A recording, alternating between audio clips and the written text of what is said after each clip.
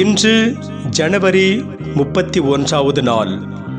இன்றைய புனிதர். இயேசுவில் எனக்கு பிரியமான சகோதர சகோதரிகளே, இன்று நம் தாயாம் திரு அவையானது புனித ஜான் போஸ்கோ விழாவை கொண்டாடுகிறது. ஜான் போஸ்கோ சிறுவனாக இருந்தபோது ஒரு காட்சி கண்டார். அந்த காட்சியில் இளைஞர்கள் சிலர் ஓரிடத்தில் சிரித்து கும்மாளமிட்டு கொண்டிருந்தார்கள். அவர்களுக்கு பக்கத்தில் இன்னும் ஒரு சில இளைஞர்கள் தீய வார்த்தைகளை பேசிக்கொண்டும் தீய பழக்க வழக்கங்களில் ஈடுபட்டு கொண்டும் இருந்தார்கள். இதை பார்த்த ஜான் போஸ்கோ அவர்களை என்ன செய்வதென்று தெரியாமல் இருந்தார். அப்போது வெண்ணிற ஆடை அணிந்த மனிதர் ஒருவர் தோன்றி, போஸ்கோ, இந்த இளைஞர்களை நீதான் நல்வழிப்படுத்த வேண்டும். அடக்குமுறையால் அல்ல, அன்பினால், பொறுமையினால், தாட்சியினால் திருத்த வேண்டும் என்று சொல்லி மறைந்து போனார். இந்த காட்சியை ஜான் போஸ்கோ தன்னுடைய அன்னையிடம் எடுத்து சொன்னபோது அவள் எதிர்காலத்தில் அவர் செய்யப்போகும் பணியின் முன் அடையாளம்தான் இது என அவருக்கு எடுத்து சொன்னார். ஜான் போஸ்கோ வட இத்தாலியில் உள்ள பெக்கி என்ற சிறிய கிராமத்தில் 1814ஆம் ஆண்டு ஆகஸ்ட் 16ஆம் நாள் பிரான்சிஸ் லூயி போஸ்கோ மார்கரித் ஒக்கியேனா என்ற தம்பதியினருடைய மகனாக பிறந்தார். இவருக்கு 2 வயது நடந்து கொண்டிருக்கும் போது இவர் தன்னுடைய தந்தையை இழந்தார். எனவே இவர் தாயின் பராமரிப்பிலே வளர்ந்தார். ஜான் போஸ்கோவின் குடும்பம் மிகவும் ஏழ்மையான குடும்பம். அதனால் கல்வி கற்க கடினமாக ஒரு சூழ்நிலை ஏற்பட்டது.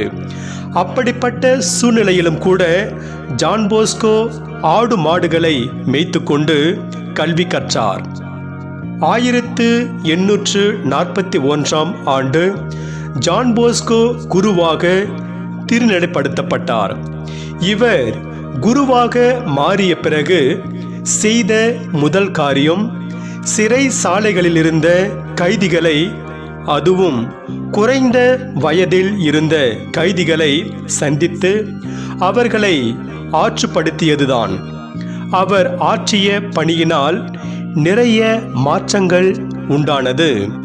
இளைஞர்கள் தங்களுடைய தீய வழிகளை விட்டு மனம் மாறினார்கள். அதன் பிறகு ஜான் போஸ்கோ தூரின் என்ற இடத்தில் பங்கு குருவாக நியமிக்கப்பட்டார்.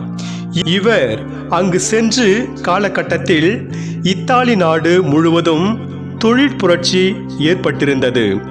எனவே பெரும்பாலான இளைஞர்கள் தவறான பழக்க வழக்கங்களுக்கும் போதை பொருட்களுக்கும் அடிமைப்படுத்தி கிடந்தார்கள். இதை பார்த்த டொன் போஸ்கோ மனம் வருந்தினார். அவர்களை எப்படியாவது நல்வழிக்கு கொண்டு வர வேண்டும் என்று மிக தீவிரமாக உழைத்தார். ஆரட்டரி இளைஞர் மன்றம் என்ற ஓர் அமைப்பை எடுத்து இளைஞர்களை நல்வழிக்கு கொண்டு வர திட்டம் தீட்டினார். பல்வேறு கதைகள், அறிவுரைகள் சொல்லி அந்த கதைகள், அறிவுரைகள் இடையிடையே விவிலியத்திலிருந்தும் நல்ல நல்ல கதைகளை, கருத்துக்களை சொல்லி கொடுத்து அவர்களை நல்வழிப்படுத்தினார். தன்னுடைய குழந்தை பருவத்தில் தான் கல்வி கற்பதற்கு எவ்வளவு கஷ்டப்பட்டேன் என்பதை நன்கு உணர்ந்த டொன் போஸ்கோ முறைசாரா கல்வி நிறுவனங்கள், இரவு நேர படிப்பகங்கள் வழியாக இளைஞர்களுக்கு கல்வி அறிவு புகட்டினார். டொன் போஸ்கோ அடிக்கடி சொல்லக்கூடிய வசனம், இளைஞர்களை நாம் அன்பு செய்கிறோம் என்பது முக்கியமல்ல, மாறாக நாம் இளைஞர்களை அன்பு செய்கிறோம் என்பது அவர்களுக்கு தெரிய வேண்டும், அதுதான் முக்கியமாகும் என்பதாகும். இப்படி இளைஞர்களை குறித்து எப்போதும் அக்கறை கொண்ட டொன் போஸ்கோ அவர்களுக்கு சரியாக பயிற்சி கொடுத்தார்.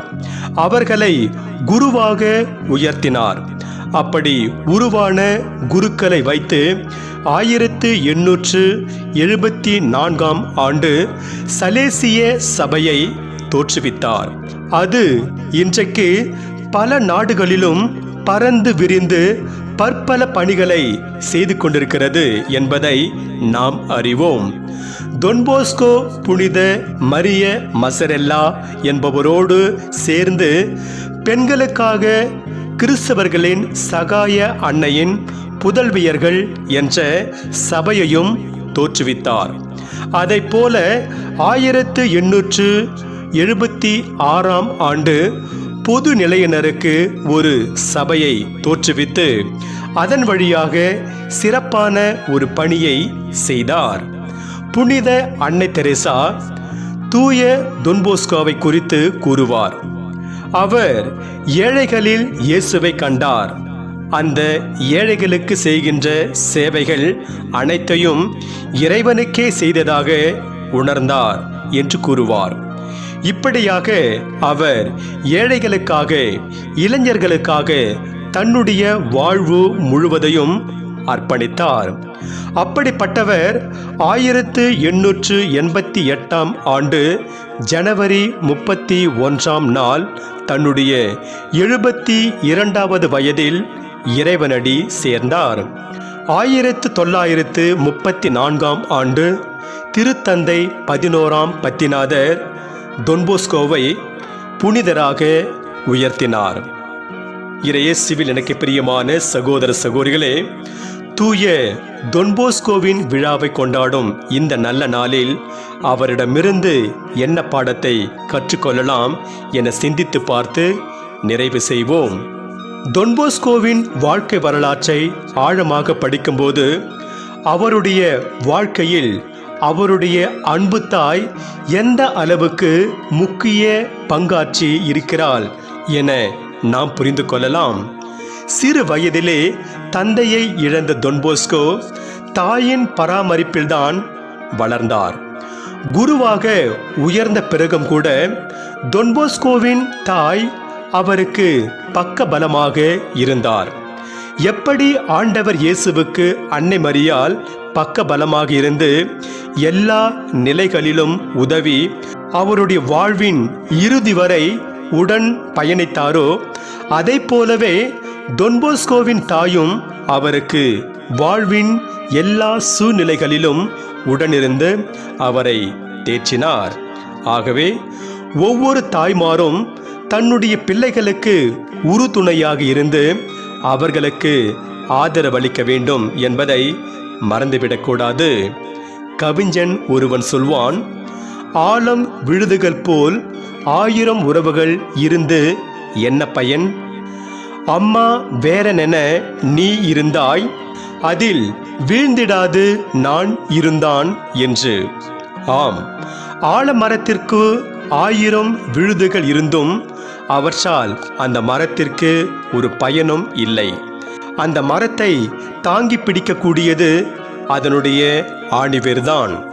அதை போலத்தான் இந்த உலகத்தில் எத்தனை உறவுகள் இருந்தாலும் தாய் என்ற உறவுக்கு ஈடாகாது. ஆகவே ஒவ்வொரு தாயும் தன்னுடைய பிள்ளையின் வளர்ச்சியில் முக்கிய பங்காற்ற வேண்டும் என்ற உண்மையை உணர்ந்து அதற்கேற்ப வாழ வேண்டும்.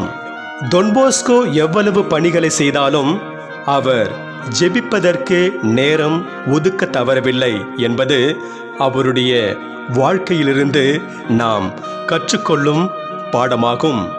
தொன்போஸ்கோ அன்னை மரியாவிடம் ஆழமான பக்தி கொண்டு வாழ்ந்தார். அந்த பக்திதான் அவரை எல்லாவித சவால்களையும் துணிவுடன் எதிர்கொள்ள உறுதுணையாக இருந்தது. கிறிஸ்தவர்களாக நாம் மரியன்னையின் மீது ஆழமான பக்தி கொண்டு வாழ்கிறோமா என சிந்தித்து பார்க்க வேண்டும். எங்கள் மகிழ்ச்சியின் காரணமே என்று மரியன்னை குறித்து சொல்கிறோம். ஆம், நமது மகிழ்ச்சிக்கு காரணமாக இருக்கும் அன்னையின் மீது ஆழ்ந்த பக்தி கொண்டு வாழ்வோம். அதன் வழியாக அவரது பரிந்துரையையும் பாதுகாப்பையும் பெறுவோம். தொன்போஸ்கோ இளைஞர்களுக்காக தன்னுடைய வாழ்வையே அர்ப்பணித்தார் என்று சொன்னால் அது மிகையாகாது. அவருடைய காலத்தில் வழி தவறி அலைந்த ஆடுகளான இளைஞர்கள் மீது அவர் அன்பும் கரிசனையும் கொண்டு வாழ்ந்தார். அவர்களுடைய வாழ்வு ஏற்றம் பெற தன்னுடைய உடல், பொருள், ஆவி அனைத்தையும் கொடுத்தார். அதனால்தான் அவர் இளைஞர்களின் பாதுகாவலராக இருக்கிறார். நாம் வாழ்ந்து கொண்டிருக்கிற இந்த சமுதாய சூழலில் இளைஞர்களை எப்படி பார்க்கிறோம்? அவர்களுக்கு நாம் எந்த அளவுக்கு முக்கியத்துவம் தருகிறோம் என சிந்தித்து பார்க்க வேண்டும். இன்றைய சமுதாயத்தின் அவலங்களையும் அக்கிரமங்களையும் உலகிற்கு வெளிச்சம் போட்டு காட்டும் ஒளிபெருக்கிகள் இளைஞர்கள் என்பார் தந்தை பெரியார். அதைப் போலவே கவிஞர் வைரமுத்து கூறுகிறார், நியாயத்தை நிலைநாட்ட துடிக்கும் நேரிய உள்ளமும் அநீதிக்கு சிறிதும் அடிப்பணியாத இரும்பு நெஞ்சமும் நாளைய உலகை நலமாக்கும் நம்பிக்கை சுடர்களே இளைஞர் என்று. ஆகவே இளைஞர்களிடம் இருக்கும் ஆற்றலையும் வல்லமையையும் உணர்ந்து கொண்டு அவர்களை சரியான முறையில் பயன்படுத்தி தொன்போஸ்கோவை போல இந்த சமுதாயத்தை புதுப்பொழிவு பெற செய்வோம். எனவே இறையேசுவில் பிரியமானவர்களே, தூய தொன்போஸ்கோவின் விழாவை கொண்டாடும் இந்த நல்ல நாளில் அவரிடம் விளங்கிய நற்பண்புகளை நமதாக்குவோம். அதன் வழியாக இறையருளை நிறைவாக பெறுவோம். இறைவன் உங்கள் அனைவரையும் நிறைவாக ஆசீர்வதிப்பாராக. ஆமென்.